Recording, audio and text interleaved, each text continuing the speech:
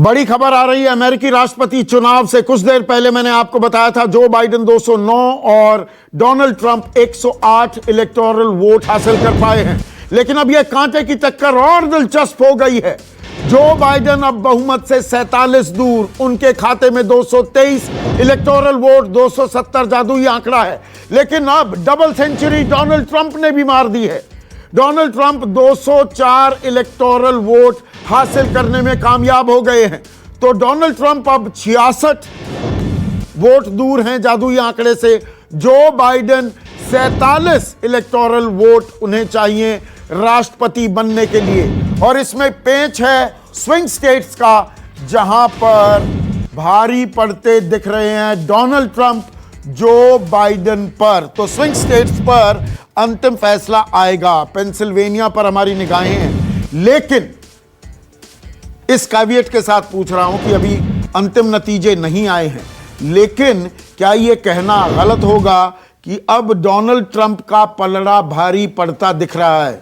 संजीव जी हाँ, अगर हम स्विंग स्टेट्स की बात करें और इन आंकड़ों को छोड़ दें जो अभी आपने अनाउंस किया है, तो बड़ा स्पष्ट हो जाता है। देखिए, शुरुआत से ये बात चल रही थी कि आखिर निर्णायक राज्य जो हैं वही तय करते हैं। जो पहले से चिन्हित राज्य हैं डेमोक्रेट्स के, वो डेमोक्रेट्स को देते हैं। जो रिपब्लिकन्स के राज्य हैं वो रिपब्लिकन्स को वोट देते हैं। लेकिन कुछ राज्य ऐसे हैं जो किसी को भी दे सकते हैं। इस बार उन्होंने किसको दिया है वो तय करेगा कि चुनाव नतीजे किसकी तरफ जाएंगे। और इस बार साफ लग रहा है कि जितने भी निर्णायक राज्य हैं जिन्हें स्विंग स्टेट कह रहे हैं संदीप, वो सारे के सारे राज्य। जो बाइडेन का आंकड़ा 227 पर चला गया है, यानी कि 43 दूर। अब वो बहुत करीब जा रहे हैं, लेकिन जैसा आपने पहले बताया, ये आंकड़ा 250-55 तक भी जा सकता है। So near but yet so far. और ये पीछे पीछे चलते हुए अगर मान लीजिए कि ये 250 या 45 पहुंचते हैं और उसके बाद दो क्रूशियल राज्य इनकी तरफ चले जाते हैं, और उनमें एक राज्य है पेंसिल्वेनिया का, तो फिर जो बाइडेन को ये वहां जाकर पछाड़ देंगे।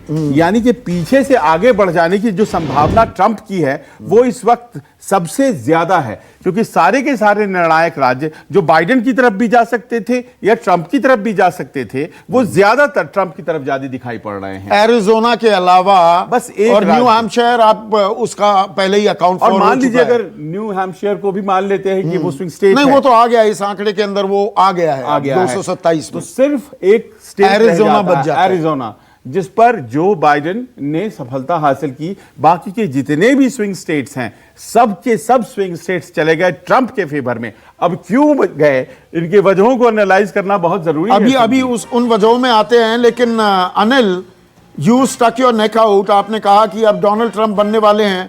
लगता ऐसा है कि जो बाइडेन 227 पर तो हैं, लेकिन 250 पहुंचते पहुंचते उनकी सांस फूल जाएगी।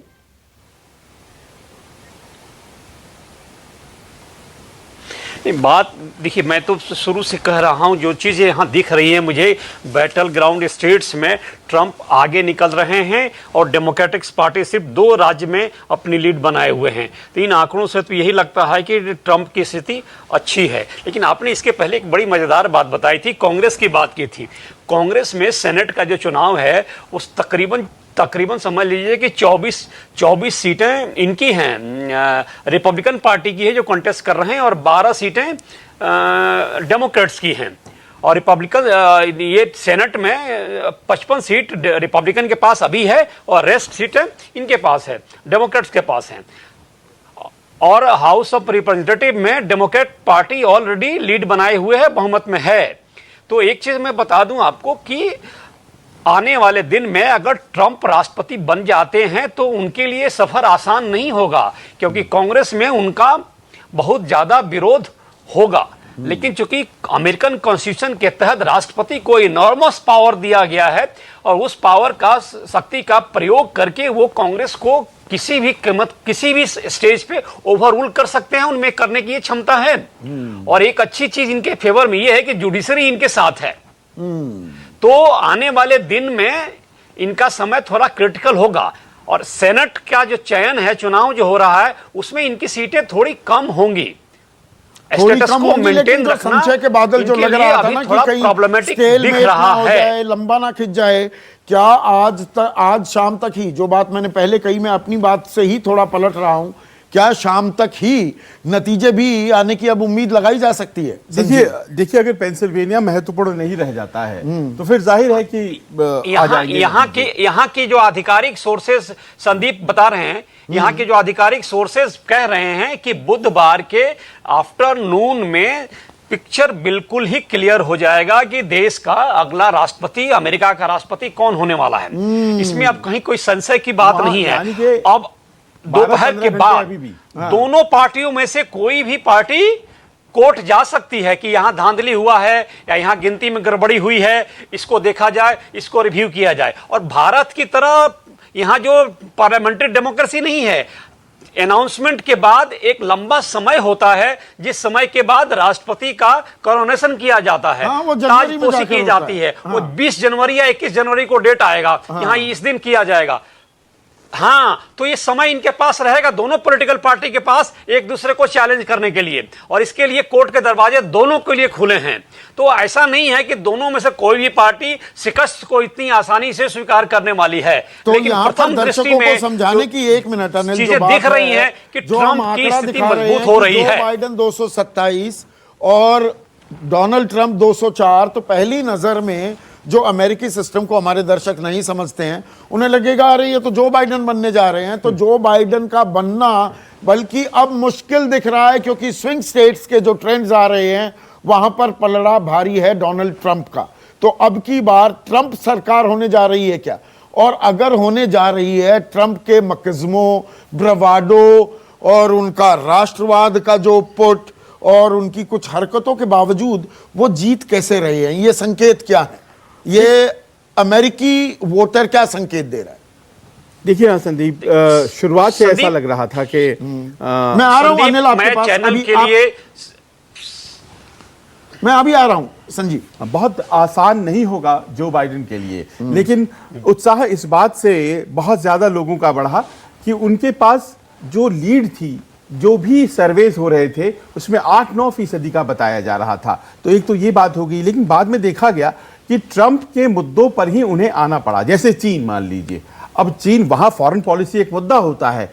चीन के खिलाफ जो अग्रेशन दिखाया ट्रंप ने, अब उस मस्कुलर अप्रोच जो है, अब उस एग्रेशन को मैच नहीं कर पा रहे थे। हाँ। वो भी तो अमेरिका का ही भला चाहते हैं, बाइडेन भी। हाँ। लेकिन जिस तरह से चाहते हैं चीन को, बाइडेन तो फौजी रहे हैं, ट्रंप ने तो कभी फौज में सर्विस भी नहीं की। पर वो उन्हीं के मुद्दों पर उनको चलना पड़ रहा था। अब रहा सवाल ये कोरोना का, एक कोरोना ही है ऐसा जिसमें कि लग रहा था कि उसकी मिसहैंडलिंग हुई है और इस कारण से ट्रंप को नुकसान हो सकता है।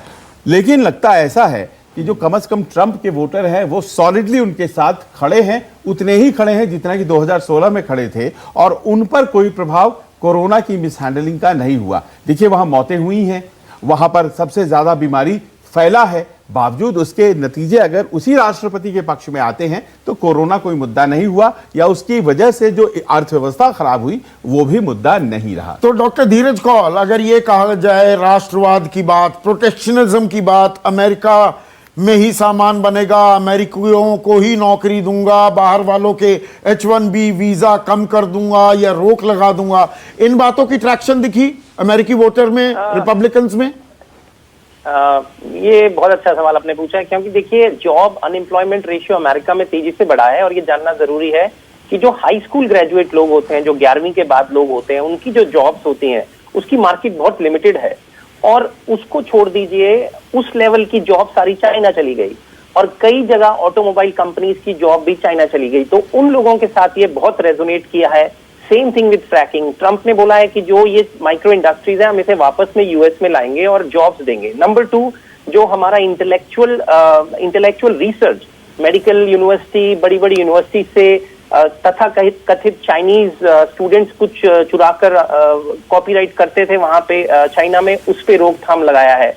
इलीगल इमिग्रेशन के ऊपर, बॉर्डर क्रॉसिंग्स के ऊपर वॉल बनाई है, लीगल तरीके से आने के लिए लोगों को प्रोत्साहित करना। और एक बात कहीं ना कहीं लोग मिस कर रहे हैं, इस टाइम कोविड-19 के दौरान जो इकोनॉमिकल हिट हुआ उसके अंदर अमेरिका की अगर आप S&P 500 देख लीजिए या नैस्डैक इंडेक्स देख लीजिए, तो तकरीबन सभी कंपनी 50%, 60% जो मेन लाइन टेक की कंपनी है, एप्पल ले लीजिए, फेसबुक ले लीजिए, आप अमेजोन ले लीजिए, एटलीस्ट 50 to 100% ग्रोथ देख चुकी हैं। इस दौरान भी तो कहीं ना कहीं इकोनॉमी को वॉल स्ट्रीट के अकॉर्डिंगली बहुत अच्छे से टैकल किया। ऑन द ग्राउंड हो सकता है रियलिटीज में कुछ फर्क हो, लेकिन क्योंकि मैं बायोटेक को एनालिसिस भी करता हूं, तो कई ऐसी कंपनीज है बायोटेक के अंदर जो कि 5x 3x तो वही प्रोटेक्शनिज्म, अमेरिकनिज्म की जो गूंज उन्होंने दी है, उसकी ट्रैक्शन दिखी। बिल्कुल। तो अनिल ऐसे में, एक सेकंड अनिल, ऐसे में जो देखिए अब एक पॉटपुरी बन चुका है अमेरिका, दुनिया भर के लोग वहां आकर बसे हैं, हिस्पैनिक्स हैं, अफ्रो अमेरिकन्स हैं, एशियंस हैं, उसमें भारतीय मूल के निवासी भी हैं। व्हाइट सुप्रीमसी भी यहां दिखाई दी है क्या इस चुनाव में? उसके एक प्रतीक भी बने क्या डोनाल्ड ट्रंप? और उसमें बम्पर वोटिंग उनके फेवर में भी होती दिखी, खास ग्रामीण इलाकों में। देखिए, ये समझने की बात है कि अमेरिका की सोसाइटी बिल्कुल दो हिस्से में बटी हुई है। पहला हिस्सा शहरी सोसाइटी है, जिनको शहर कहा जाता है, चाहे वाशिंगटन हो, शिकागो हो, न्यूयॉर्क हो और वर्जीनिया हो। ये सारे जो वोटर्स हैं, ये डेमोक्रेट पार्टी के वोटर्स हैं। और रिपब्लिकन पार्टी का जो बेस है वो गांव है, देहात है, रूरल एरिया है, क्योंकि वहाँ पे जो कुलीन लोग रहते हैं, वाइट लोग रहते हैं, वो क्लासिकल और ट्रेडिशनल वोटर हैं रिपब्लिकन पार्टी के। दूसरी बात यह है कि चुनाव के आप एजेंडे को देखिए। इस बार सच्चाई यह है कि मैं यहां इतने दिनों से हूं, मैं देख रहा हूं, महसूस कर रहा हूं कि चुनाव फॉरेन पॉलिसी पर नहीं लड़ा गया है। जो रिपब्लिकन पार्टी का चुनावी एजेंडा है, दो आइटम मैं ले रहा हूं। पहला आइटम इनका गन है, गन पोजीशन है। दूसरा आइटम इनका एबॉर्शन है। इन दोनों पे कह रहे हैं कि अमेरिकन का स्वाभिमान खड़ा रहे, गन रखना हमारा अधिकार है। डेमोक्रेटिक पार्टी कहती है कि नहीं, संवैधानिक अधिकार है, लेकिन इसको कंट्रोल होना चाहिए, इसका रजिस्ट्रेशन होना चाहिए। इस चीज को जनता यहां स्वीकार नहीं कर पा रही है, क्योंकि यह संवैधानिक अधिकार है। संविधान में संशोधन करके दूसरे नंबर पर इस बात को रखा गया है कि इस अधिकार को कोई छीन नहीं सकता है। दूसरी बात आई एबॉर्शन की। एबॉर्शन भी देखिए डेमोक्रेटिक पार्टी किस तरीके का स्टैंड ले रही है कि यह इंडिविजुअल का चॉइस है, उनको अधिकार मिलना चाहिए। ये कहते हैं कि नहीं, जो सुप्रीम कोर्ट जजमेंट दिया है उस पर आप अडिग रहिए।